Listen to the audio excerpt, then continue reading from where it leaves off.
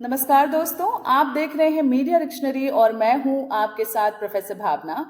आज हम media dictionary में चर्चा करने वाले हैं हमारे टर्म नंबर 91 की और ये है Aristotle's 3 pillars of persuasive communication.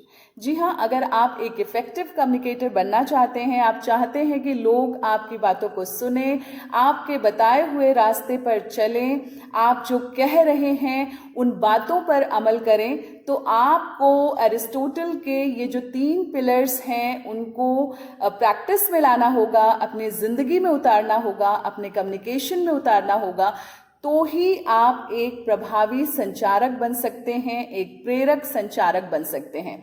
तो आइए जानते हैं कि अरस्तु ने जिन 3 स्ट्रॉन्ग पिलर्स का जिक्र किया था परसुएसिव कम्युनिकेशन के लिए, वो 3 पिलर्स आखिर क्या हैं? तो वो 3 पिलर्स हैं ethos, pathos and logos. Ethos का मतलब होता है एथिक्स। तो एथिक्स को अगर हम कंटेंट के नजरिए से देखें तो आप जो कह रहे हैं वो कितना एथिकल है, वो कितना नीतिगत है, ये जो है इसका सही होना, आपका जो कंटेंट है उसका एथिकल होना बहुत मायने रखता है। और उसके साथ साथ अगर हम इथोस को देखें तो वो अगर आप एक वक्ता हो, चाहे आप लेखक हो, तो आप खुद भी कितने एथिकल हैं, यानी आपकी क्रेडिबिलिटी क्या है, आपकी विश्वसनीयता क्या है, लोग क्यों आपकी बताई हुई बातों पर चलें, लोग क्यों आपको सुने, क्यों लोग आप पर यकीन करें। इसके लिए आपका विश्वसनीय होना बहुत जरूरी है, लोगों का विश्वास और उनका भरोसा जीतना बहुत जरूरी है। और ये जो एथिक्स की बात है, ये आपके पद और आपके काम से भी आती है। यानी जब आप किसी विषय के विशेषज्ञ होते हैं या फिर किसी ओहदे पर होते हैं, तो भी लोग फिर आप पर विश्वास करते हैं, यकीन करते हैं, आपकी बात को मानते हैं। तो ये तो था इथोस। आइए जानते हैं अगले पिलर के बारे में, जो है पैथोस।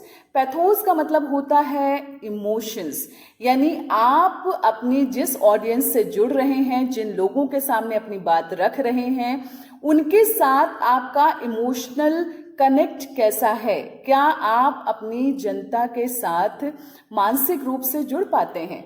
जैसे एक छोटे से उदाहरण के तौर पर अगर बात की जाए, मान लीजिए कि कोरोना की जो सेकेंड वेव आई थी उसमें बहुत सारे लोगों की जानें गई, और अगर लोगों के साथ साथ आपको भी सिस्टम पर गुस्सा आता है और आप भी नाराजगी जाहिर करते हैं, तो कहीं ना कहीं लोगों को ऐसा लगेगा कि आप उनके दुख दर्द में उनके साथ खड़े हुए हैं। और इसी तरीके से अगर वो खुश होते हैं तो आपको उनकी खुशी में भी उनके साथ शामिल होना होता है।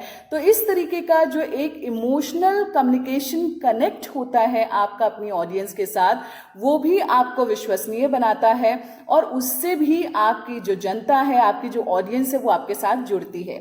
तीसरा जो स्ट्रॉन्ग पिलर है परसुएसिव कम्युनिकेशन का, वो है लोगोस।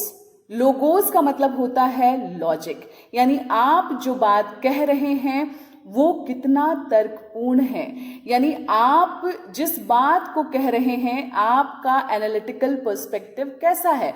तो लोगोस बेसिकली आपको एक विश्लेषणात्मक नजरिया देता है। आप किसी भी चीज के पीछे तर्कपूर्ण ढंग से सोचते हैं कि आखिर ये हुआ तो क्यों हुआ, और अगर इसको बदला जा सकता है तो उसके लिए क्या किया जाना चाहिए, आगे ऐसी कोई गलती ना हो उसके लिए हमारा क्या मैकेनिज्म होगा। और उसके साथ साथ आपका जो एटीट्यूड है वो प्रॉब्लम सॉल्विंग होना चाहिए।